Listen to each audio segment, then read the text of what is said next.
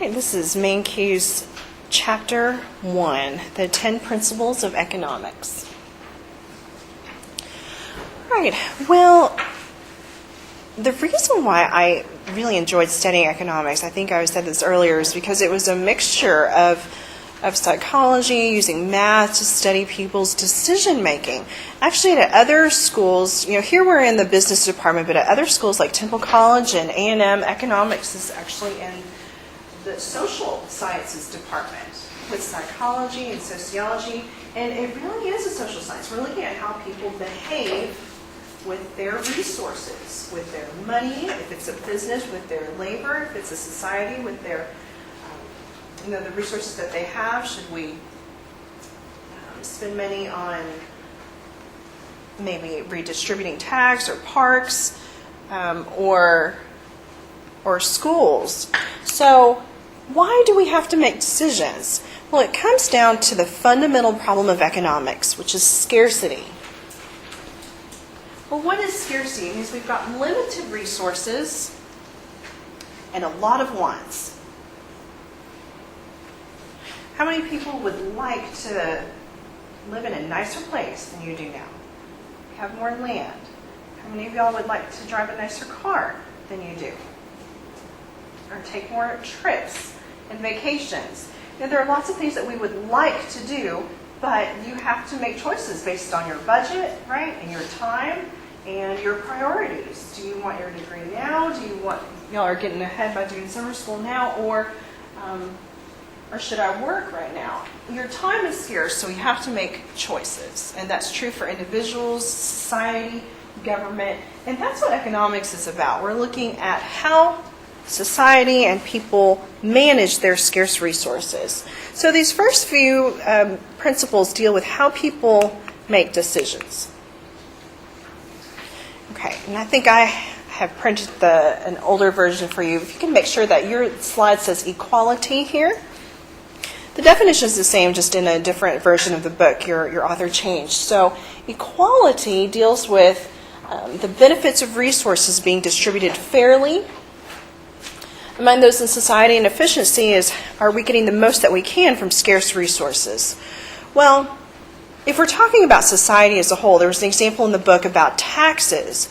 If we're trying to make sure that, we've got different income levels, but if we're wanting to make sure that everybody has housing, everybody has food and shelter, we're meeting the goal of equality, right? And one way we can do that through taxes is to have people who don't make us up to a certain amount qualify for certain tax credits, right? And more deductions and things like that. And for those who earn more, have higher income, we're asking them to pay more in taxes. So if we are using that tax money for things like housing and food for people who don't earn as much, we're trying to meet this goal of equality. But if you are one of the ones who is paying taxes, you might decide, well, I don't want to get pushed into the next tax bracket, so I'm not going to work that extra job. Or I'm going to take the summer off. The reason why I'm teaching 2 classes this summer, I used to just teach 1, is because one of the MCC professors was thinking about, I'm going to get pushed into the next higher tax bracket if I teach all these extra classes. And so if you think about it in terms of lost productivity, that we could have had someone else teaching this summer, and we could have had a business stay open, but they didn't want to pay those higher corporate capital gains taxes this year, and they closed at the end of last year, then we're losing out on some efficiency, right? Some lost production. So when we make a choice, whether it's how we set up the tax system, or you this morning, should I come to school or stay in bed? Or should I go to work this summer? Or should I go to, do summer school? You're facing a trade-off, right? If you are focusing on one thing, you're going to have to give up something else. And that's what a trade-off deals with. All right, recognizing trade-offs doesn't help us with decisions. We have to think of some other things. Principle 2, the cost of something is what you give up to get it. So we're looking at costs and benefits too. I remember one fall in August, it was super hot, and went out to let my dogs out one more time before it was a lunchtime class that I was going to teach. I remember seeing something strange in the backyard. Something was in front of the shed, and I thought, I'm not sure what that is. And my dogs were puppies back then, and so I went up there before they got up to it. It was a huge possum. How many of y'all have seen a possum up close and personal? Okay, they're not very pretty, right? And this one had its tongue hanging out and its eyes closed, so it was even less pretty than usual. And I got my dogs back in, and I thought, well, who should I call? Okay, lunchtime class, my friends, everybody, family is gone at work, at school, and I thought, well, let me call animal control. And they said, well, if you think it's dead, you need to call Waco Waste. I called Waco Waste. I'm needing to go to work at this point. And they said, if you can get it to the curb, we will pick it up for free. If we have to get onto your property to take it away, we'll charge you $40. And I thought, $40? That's gas money, right? I mean, how many of you would have said, okay, come and get it, I'll pay the $40? Okay, thank you for your honesty. How many of y'all would have said, forget it, I'm going to kick it to the curb, go get a shovel? Okay, well, that's what I thought. I thought, $40? I can't believe they want to charge that much. Oh, by the way, that was for a mid-sized one. They have different price ranges for different size animals. I mean, for those of you who have dogs and cats, you probably had to deal with a small animal before. But if it was a squirrel or something, I would have not had a problem with it. But I thought, well, this is a possum. How hard can it be to shovel it to the end of the driveway? So I went back there, trying to hurry, got my gloves on, got my shovel, and then the thought hits me, what are possums known for? Playing dead. I thought, well, maybe I could throw a rock at it and see if it's really dead or not. Maybe I could just poke it with a shovel. And in my mind, I'm thinking about how long it would take me to just scoop it up really fast and run down the edge of the driveway and get it there. And I'll be honest, I chickened out. I thought, I have got to go to work and teach. I can't show up with any bite marks, rabies. I don't want to deal with this right now. So got back on the phone. I said, would you please send somebody this afternoon? I'm not going to risk it. Well, that afternoon after I taught, a guy from Waco Waste came over, and his theory was that it had gotten run over in the street, and with its last rush of adrenaline was able to run all the way up the driveway, push through the chain link fence, and breathe its last breath in our yard. So that was his theory on it. And so as far as I know, it was actually dead. But I've heard stories about people bagging them up, and then the next day, they're so good at playing dead that the next day they're gone and they were actually still there. But anyway, that's kind of a funny story. But when she told me over the phone, $40 for us to come onto your property to get rid of the possum, what did I tell you I was thinking of? Gas money. If I spend $40 on Waco Waste, I'm going to give up $40 of gas money, right? Usually when we're making decisions, we're thinking about how it benefits us. When I made that decision to call Waco Waste, the benefit was that they were going to come help me get rid of this dead possum, right? By the way, it was a big possum. If it was small, I would have handled it, but without the tail, about that big. But opportunity costs. You've just got to switch your way of thinking. You're thinking of what you are sacrificing. Yes, they came to help me, and it was nice for them to have to deal with this dead possum, but what did I give up? Because my $40 can't go to two things. It's gas money. So when I ask students, what is your opportunity cost of attending class today? What did you sacrifice? Sometimes students will answer, well, I don't want to give up a good grade, or I don't want to give up learning. And that answer isn't quite right? Because the definition is what you gave up to get. They're thinking about in the future. They don't want to give up getting a good grade. But if the question is, what did you give up by being in class today from 10:15 to 12:15? It's because you can't be in two places at once. What can you not do because you're sitting here? Sleep, working, right? Doing laundry. Now, heard a lot of different answers. The opportunity cost is different for different people just based on, your priorities and what's going on in your life. But y'all get the idea. It's what you sacrifice, what you cannot do because you're in class today, because you can't be in two places at once. Usually we think about the gain. Here we're thinking of your sacrifice. That's what an opportunity cost is.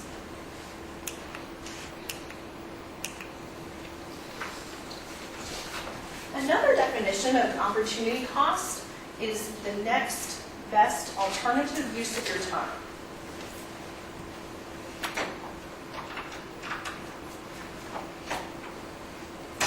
The next best alternative use of your time. And you can think of it that way too. So not only what you sacrifice, but what else you could have been doing with your time if you weren't in class. So LeBron James, if he had decided to go to college right after high school, what would he have been giving up? Lots of money from the NBA, right? So, opportunity costs are different for different people. Our opportunity cost for regular high school graduates probably $30,000 or $40,000 right out of college, right? Because we don't have the superstar athletic skills that LeBron James does. But it can be different for different people.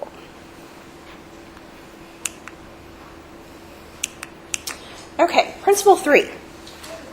Sure. The incentive then was the money? Yes, Okay. absolutely.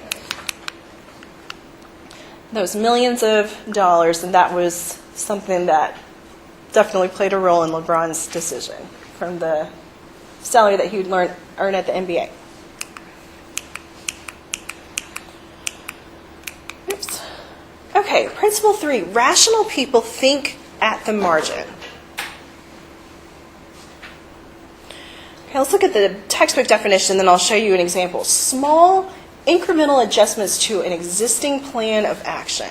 That means we're going to look at the status quo and then we're going to decide about one more unit. Compare the cost and benefit of one more unit.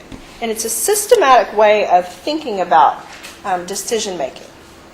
Okay, so everybody's got this slide? I'm going to switch over to the document camera for our example here.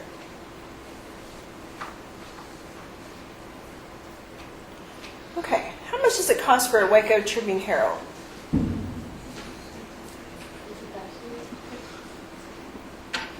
About 50 cents? So we'll start with 0 newspapers, and then for one newspaper the cost is about 50 cents. Okay, we'll make another column here called benefit. For one newspaper, when you read one Waco Tribune Herald, if you can measure your happiness or your benefit from reading one newspaper, what would y'all say? Scale of 1 to 10.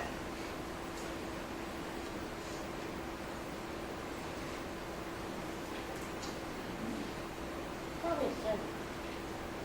Okay, maybe I heard someone say 7, 10. Okay, we'll say 8, just for example. Okay, it makes you pretty happy. You know what's going on in the city and surrounding areas.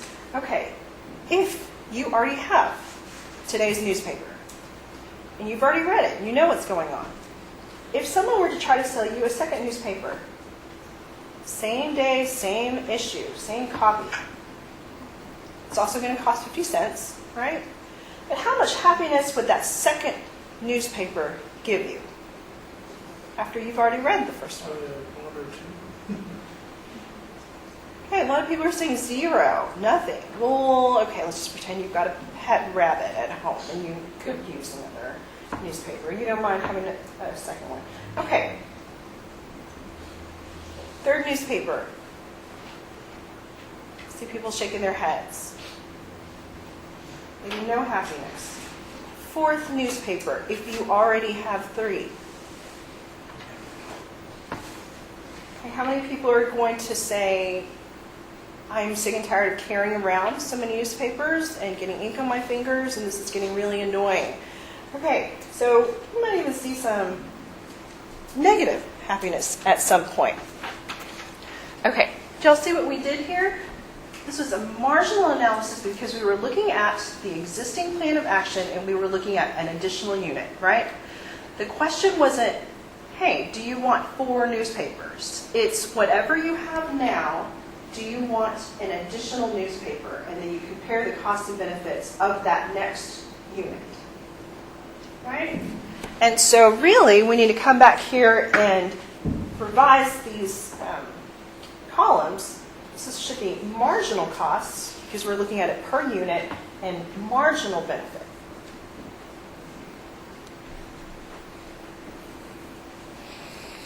And you can see why no one's watching you. If you're downstairs getting a Waco Tribune Herald, or even if they've got an enclosure, where you put in your money and you can open it kind of like an oven door and take out a newspaper, nobody's watching you to make sure you don't take all 5, that you don't take the whole stack, because people just want 1. Right? How many people have gotten a season pass to Six Flags? A season pass before. Okay, so how many times did you go? Just here, just one. Okay, just once. How many more times do you think you'll be able to go? Maybe 2. Maybe 2? How many times did you go? 4. Maybe 4? Now you could have gone every day, right? With your season pass. But they know that once you ride all the rides, it's really, really fun the first time. It's still fun the second time. It's still fun third time, fourth time, but you're not going to come every single day, right? And they're just what we call diminishing returns. So they know that the marginal benefit of that 4th time isn't going to be as fun as the first time. So that's why they try to sell us those season passes. Because it takes time to drive out there, right? It's a whole day event. You want to spend time for that, and most people don't have time and energy to do that every single day, even though you could have with a season pass.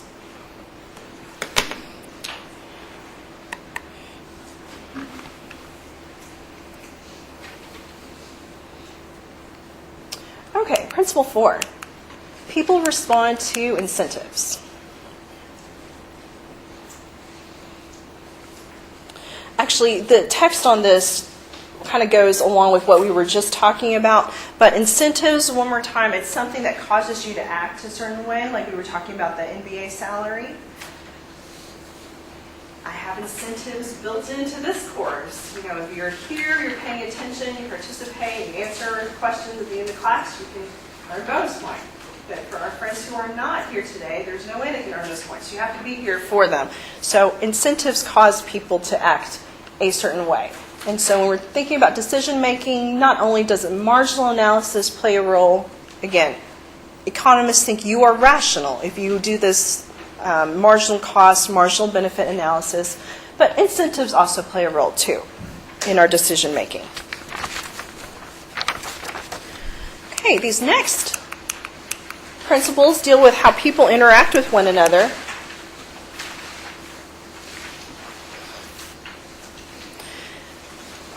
Principle 5 says trade can make everybody better off.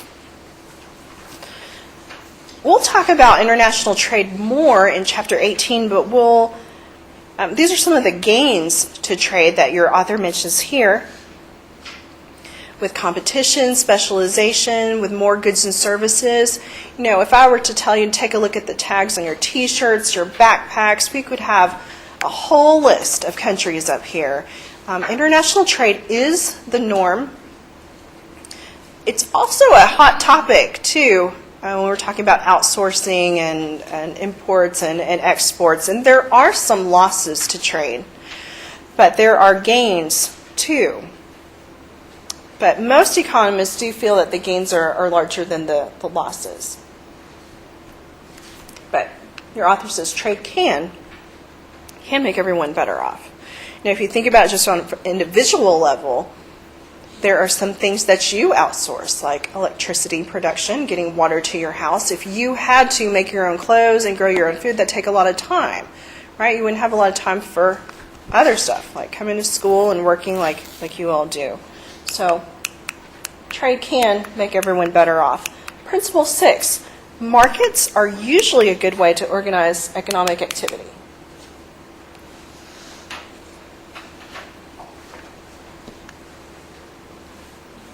How many of you have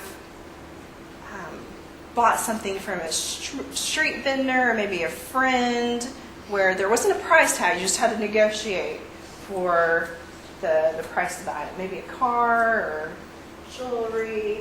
Okay, what did you buy? This ring. Okay, that ring.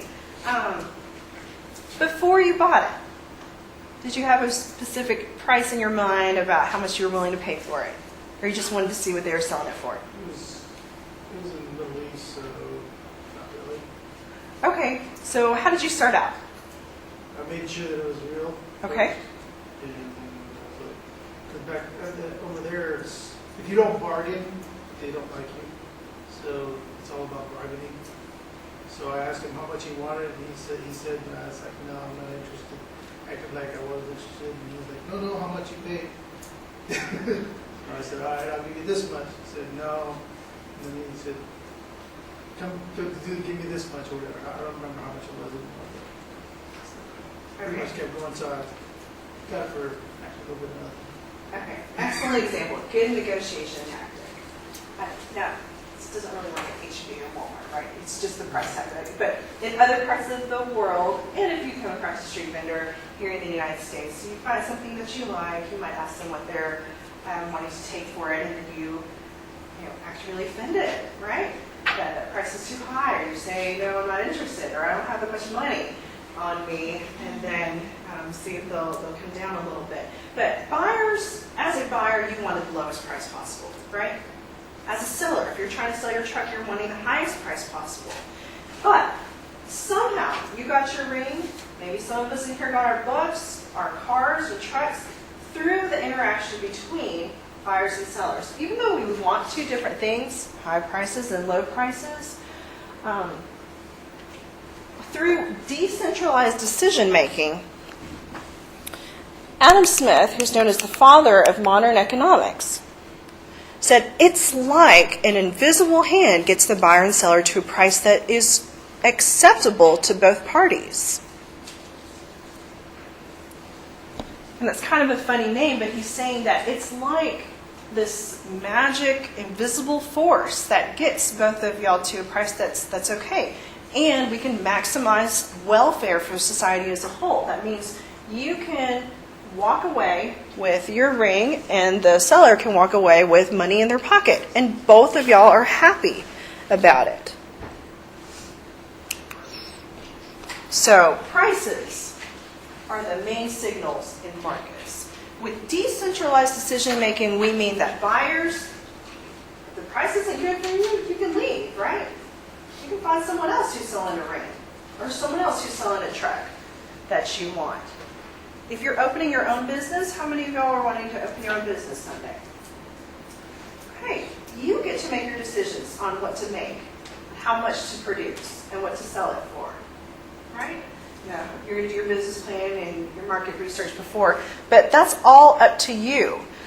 In a centralized economy, if we had an economy that was centrally planned like the former Soviet Union, there would be literally a committee that would sit down and say, we have this many people ages 18 to 21, we have this many people, children under the age of 5, we're going to produce this many t-shirts at this many sizes, and this many, these are the designs and the colors, and that committee, the government, would tell businesses what to make. Exactly what to make and what to produce. And that would be a centrally planned economy. We've got a mixed economy, but much of the decision making is decentralized. Now we have some instances where the government does step in, which we'll talk about next. Okay, so economists really like markets. Most of the time they work out really well and we can get to the best outcome. Sometimes we come to an outcome that's not really efficient, and that's called market failure. It means we just come to an outcome that's not the best. And in this case, we can have the government to intervene. And this should be equality down here at the bottom of this slide too. So change this to equality. There's a story called The Tragedy of the Commons, which illustrates this point of property rights. Okay, like I said, most economists, well, actually economists, really like markets. They prefer buyers and sellers interact with one another to get their needs met without government intervention. However, they only work if property rights are well defined. And this story, called The Tragedy of the Commons, you might have learned about it in government or history, but the story is that there's this common area. At my high school, we called it the Commons. It was like a cafeteria. Everybody could go in. It doesn't matter what grade you're in, but okay, common area, common grassy area is what we're talking about. So you're a shepherd, you've been on this long journey, your sheep are really tired, you're going to let them come to this pasture, right? This free, open pasture. It doesn't matter who you are, you don't have to pay for it. What are you going to let your sheep do? Eat. Are you going to say, sheep, make sure you stay over here to make sure there's enough grass for everybody else who's going to come after us? No, you're going to let them eat as much as they want, right? It makes sense for an individual. It's just that when I do that, and you do that, and everybody else does that with their sheep, what happens to the grass? It's overgrazed, right? So people tend to overuse common areas or public property. That's not their private property. How many of y'all have ever stepped out into, and this isn't HEB's or Walmart's fault, it's just people could do this, but how many of y'all have ever stepped out into the parking lot and seen trash on the floor, dirty diapers on the floor? All right. Common areas tend to get overused. You would hope that they don't do that at home, in their private property, and don't just litter at home. They might, but the tendency is for people to overuse common areas. So if you just leave it up to decentralized decision making, common areas are going to get overused. And that's why your author says if we have the government to enforce property rights, people are probably not going to do that on their own land at home.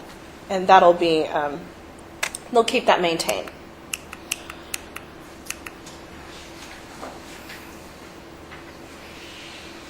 Okay, a couple of other ways that we can see the market fail is through an externality or with market power.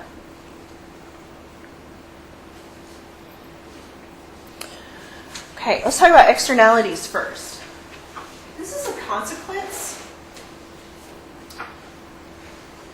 that is experienced by a third party, by someone else not involved in the decision making. Okay, when you graduate and get your degree, are you the only one who benefits? You're able to get a better job and better wages. Certainly you're going to benefit, but who else benefits besides you? Your family. Who else? The company that you work for? Absolutely. Society. You could even argue society as a whole, right? If we have a lot of people who can read, if we have a lot of people who are educated, you could argue that will lead to better elected government. And so it's not just you who's going to benefit from your decision of paying tuition at MCC or wherever you're going to transfer to and getting your degree. Other people benefit from that.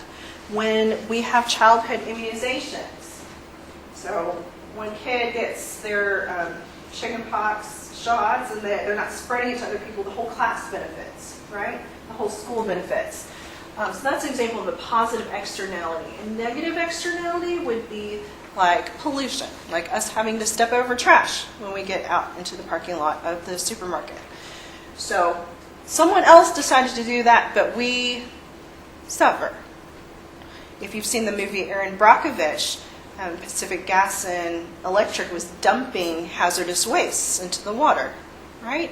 And people were getting cancer and tumors, and they were paying off doctors to tell them, you're okay. It's actually not a problem that your kids are so sick. So You think about if you leave it up to a business, so going back to decentralized decision making, why would a corporation do that? Why would they just dump a whole bunch of hazardous waste into the water?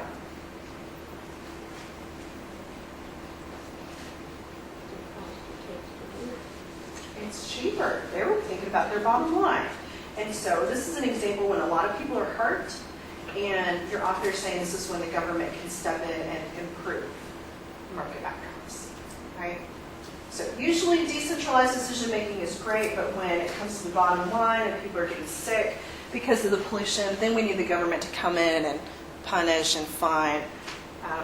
Market power. How many of y'all use AT&T as a wireless carrier? Okay, how many of y'all use T-Mobile? Okay, a couple of us. Y'all remember that they were trying to merge, right? Were they able to? No. So our Federal Trade Commission came in and thought, if you two companies merged, you would have so many customers, you'd have such a big, coverage area that y'all would have combined would have too much control over prices, that there's not enough competition. So this is another example of the government stepping in to improve market outcomes because, who else can you pick from? If you didn't like AT&T, T-Mobile, who else could you pick from? Sprint, Verizon. Right. So lots of different plans, lots of different companies. So no one company has too much control over the price. What do we call it if there is just one seller? They have a lot of market power. What's that called? A monopoly. Okay, these last few principles deal with how the economy works as a whole, and we'll talk about this more in Chapter 10. Different countries have different standards of living because of this. One word, productivity. If your country is able to produce more goods and services, you will see longer lifespans, more people in your country using the internet, higher literacy rates, lower death rates for infants, infant mortality rates are lower. Standards of living are definitely dependent on how many goods and services a country has. Because that depends. That's very important. Okay. Principle 9, prices rise when the government prints too much money. I have an article on my blog site in Zimbabwe. They experienced hyperinflation. And there's a picture of a guy just to ride the bus. He's holding, with both arms, a huge stack of bills because their central bank hadn't controlled the amount of money that was in the money supply. And our central bank, the Federal Reserve, we'll learn more about them later, but that's their job to make sure that doesn't happen. I mean, when it takes stacks and stacks of bills just to ride the bus, your money isn't worth very much anymore, right? And you can actually buy Zimbabwe bills now off of eBay. One of the other economics instructors bought.